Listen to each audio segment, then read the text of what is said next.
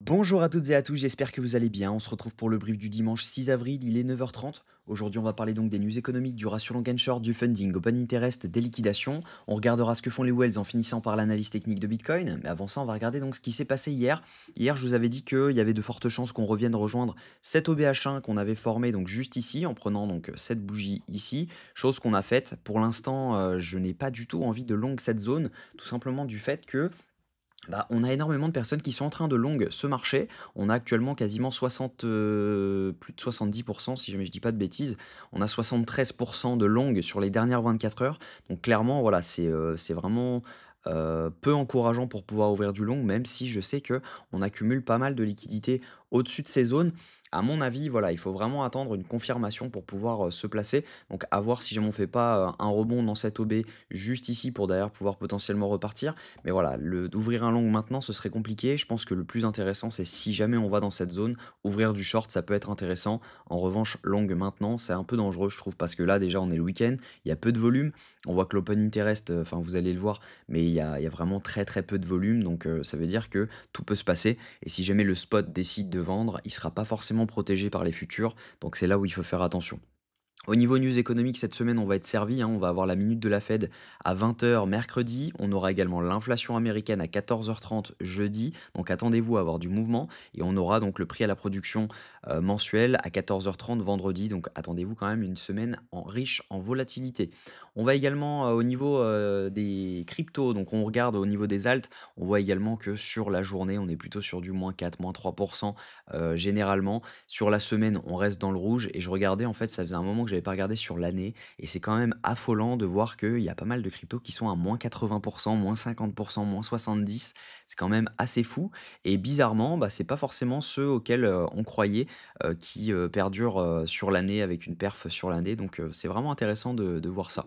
Au niveau funding open interest, ce qu'on voit, donc c'est ce que je vous disais, on a vraiment très peu de volume. On voit qu'on a une hausse générale de l'open interest. Ce qu'on voit ici, c'est qu'on a une hausse donc de l'open interest. Ici, donc c'est le reset des funding. Et ensuite, ce qu'on voit, c'est qu'on a majoritairement une hausse à court terme, mais vraiment, il faut zoomer pour la voir. Donc, c'est pas non plus le plus, encourageant. Mince, hop, c'est pas non plus, ce qui est le plus démarquant, on va dire, pour en analyser, les fundings parce que voilà, il faut vraiment zoomer pour voir qu'il y a une hausse de l'open interest. C'est vraiment que, voilà, on a, l'open interest qui est pas non plus sur des volumes énormes. On le voit juste ici, hein, on est vraiment sur, un range total et par contre sur les stablecoins, on a une petite hausse. Mais ce qu'on voit, c'est que voilà, les fundings, eux, sont vraiment, vraiment, vraiment en mode stable et donc, par conséquent, ça veut dire qu'on a potentiellement autant de shorts que de longs qui s'ouvrent dernièrement depuis 4 heures du matin. On a juste énormément de longs qui sont ouverts entre 2 heures et 3h55. Donc ça, c'est intéressant. Au niveau liquidation, ce qu'on voit, c'est qu'on a un pic de liquidité à venir chercher dans les 86 000, les 82 600 dollars. On a également un autre pic à 81 800, mais sinon, on a des gros clusters de liquidité à venir prendre autour des 84 300 dollars qui peuvent pousser jusqu'aux 84 600 dollars. Si on regarde Kingfisher, c'est un peu la même chose.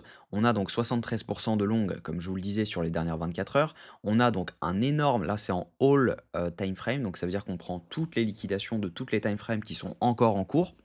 On a un tout petit cluster à venir prendre, enfin un tout petit, ça représente quand même 1000 bitcoins, mais voilà, à 82 500 dollars, on a un beau cluster. Sinon, le gros du travail se trouve vraiment à 85 750 dollars. Donc ça, c'est plutôt intéressant parce que ça pourrait nous donner potentiellement notre entrée en short. Ce qu'on voit, c'est que on a quand même une Wells qui veut protéger le prix. On voit qu'on a un quadrillage donc en grid juste ici. Donc on voit clairement, si jamais je dézoome un tout petit peu là-dessus, on voit clairement que on a un grid qui est en train de s'effectuer juste dans cette zone pour protéger donc ce lot juste ici aux 82 300 dollars. Donc potentiellement, on pourrait avoir un rebond ici et on n'a pas grand-chose pour protéger le prix ensuite si jamais on avait un rebond. Donc ça, c'est plutôt intéressant. On va voir si jamais on set up low time frame, on n'a pas quelque chose d'intéressant à faire. Au niveau de ce que font les whales ne font absolument rien. On a une toute petite vente juste ici, mais voilà, c'est pas flagrant. Les retails, eux, actuellement sont en train d'acheter, tandis que les micro-whales sont majoritairement en train de vendre. Donc ça, c'est intéressant parce que voilà, on a des whales qui ne font absolument rien, elles sont dans l'indécision totale, alors que on a le S&P, le Nasdaq, etc., qui ont perdu plus de 10%. Les whales, elles, ne vendent pas leur bag de Bitcoin. Donc ça, c'est vraiment intéressant. Peut-être qu'on est sur une réserve de valeur et également une valeur refuge qui est en train de passer dans les portefeuilles des grosses whales. Donc ça, c'est plutôt intéressant.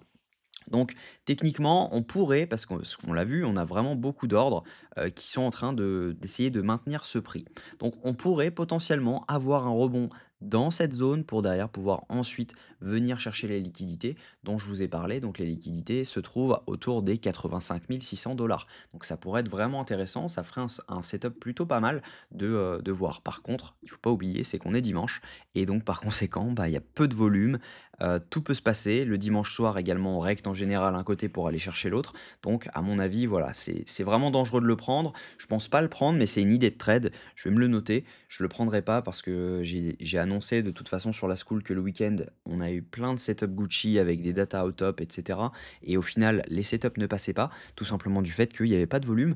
Donc, j'aime autant me le noter, ne pas le prendre, et on verra si jamais il passe et qu'on a un retour des volumes, etc., un retour sur des setups qui passent le week-end. Là, je commencerai à reprendre des trails le week-end, mais pour l'instant, voilà, je vais juste me le noter et ne pas le prendre. Mais en tout cas, voilà, l'optique, c'est de venir chercher les 85 500 $, ce qui n'est pas une certitude, parce que vraiment, on a énormément de chances de dump ensuite. On est sur une accumulation juste énorme. Donc ce que je pense, c'est que cette zone-ci, elle va être prise cette semaine au minimum, sauf énorme news, et du coup on part sur la Lune, mais ce qui m'étonnerait vraiment.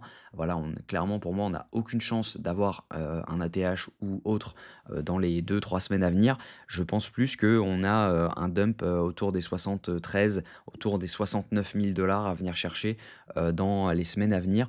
Donc faites attention, si jamais vous ouvrez ce long, il est également probable qu'on dump complètement et qu'on vienne chercher ces liquidités dans les 80 500 $. C'est le plan final. Donc le plan final, c'est le plan de base, c'est de venir chercher donc les 85 500 à 700 $ pour ensuite dump dans les 80 500, mais il est probable qu'on dump maintenant et qu'on aille chercher les 80 500. Donc voilà, pour le moment, moi ce que je dirais, c'est qu'à court terme, on est haussier, à très court terme, on est haussier, à court terme, on reste baissier, moyen terme, on reste baissier et long terme, on reste baissier. Donc faites attention quand même, lorsque vous ouvrez du long, ne soyez pas greedy sur vos TP. Voilà. Si jamais vous voulez, suivre le live, qui est à 10h30 sur, la chaîne, donc sur, tout simplement sur la School Crypto Mega, n'hésitez pas à nous rejoindre. C'est directement en description de cette vidéo, vous avez tout ce qui se passe ici. Donc pour nous rejoindre, vous avez juste à cliquer sur join, donc n'hésitez pas à le faire, ce sera un grand plaisir de vous former.